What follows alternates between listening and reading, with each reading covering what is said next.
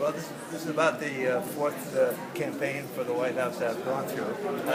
Being representing AARP, of course, we're a nonpartisan membership organization and nonprofit organization, and that's what I like about AARP. This is probably a little more than we've had before. In other words, more excitement coming out of Iowa and so forth, and a shorter time for the candidates now to perform.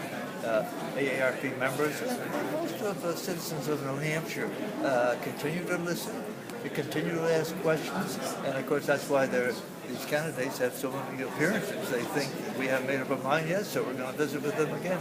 And what about you personally? Are you registered with a party? Can you tell me a little bit about your political history and which way you might be leaning? Sure. Well, I'm independent, and I own that big group of New Hampshire people who are still listening and still asking questions. So why are you an independent? And well, that way there I can go to each party, of course, and vote for the right person, the right man or the right woman. And I feel more freedom in that. And I think more of the independents are gaining in numbers. I'm surprised that they've been more numbers than they would be in the political parties. Have you? Can I ask about your voting record a little bit? Have you voted for Republicans as well as Democrats in the past? Yeah, you probably can divide that up. And if you're talking about, certainly you can divide that up if we're talking about federal and state. Who did you vote for in the last presidential election? Well, I think I went behind the curtain, and I'm very confidential about who I vote for, and I hate to give that out because then they picture you as this or that or so forth. So if you don't mind, I'm not going to give that out. Sure, that's fine. So in this campaign so far, I know it's early, but I'm wondering if you could tell me what you think about the candidates, especially since we're at a Rick Santorum event. What do you think about the Republican field? Who do you like? Who don't you like? What appeals to you? What doesn't appeal to you? What are they talking about that you like, and what do you wish they would be talking about that you're not hearing? Well, I'll take the last first. Sure. What I wish they were talking more about is, of course, Social Security, Medicare, Medicaid, and so forth. And not so much for those who are 55 and over, and I'm over 55. It's for the next generation, for my children who are paying into it now, and our grandchildren. And that's what AARP is doing, trying to make sure those important programs are going to be around.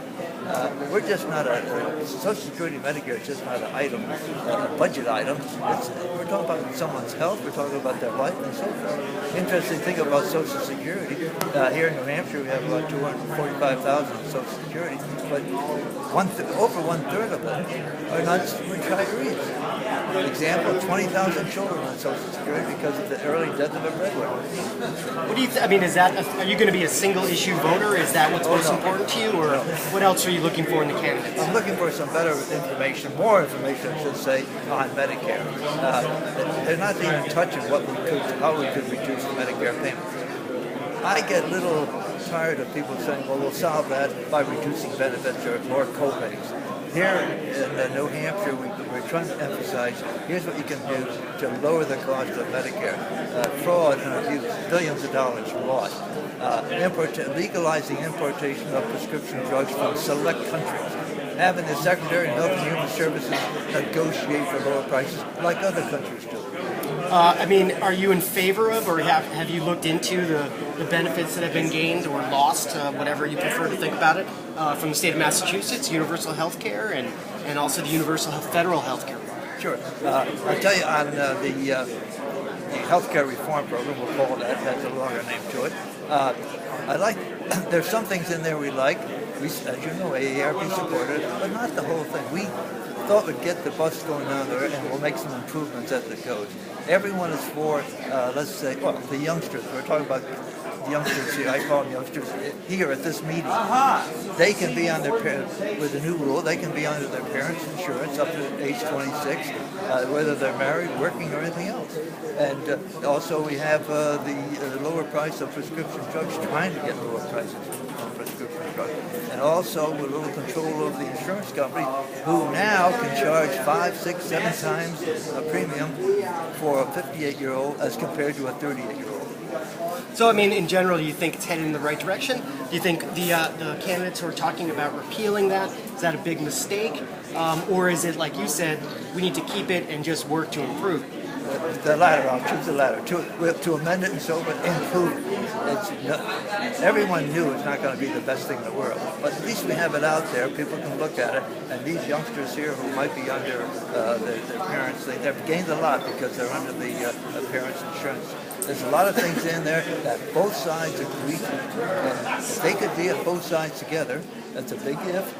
And I think we'll have a heck of a good health care. You voted in a lot of elections, you said so yourself. Oh, in terms of the way that politics is going and using that example, do you see this all or nothing as a new thing where we vote something in or we know we have to scrap it? Or, you've said you'd rather see somebody work on the pre-existing legislation step by step. Is that are the two sides so polarized that do you think that's possible to really work on? I worry about that, but I think we can get together. I think after this is all, there's a lot of excitement in campaigns and so forth. After we get together, I think they'll slow down on that. I feel, and I think I'm right, the best laws that we ever passed came through compromise, bar none, and that's what we need. Great. Thank you very much. You're welcome. I appreciate your time.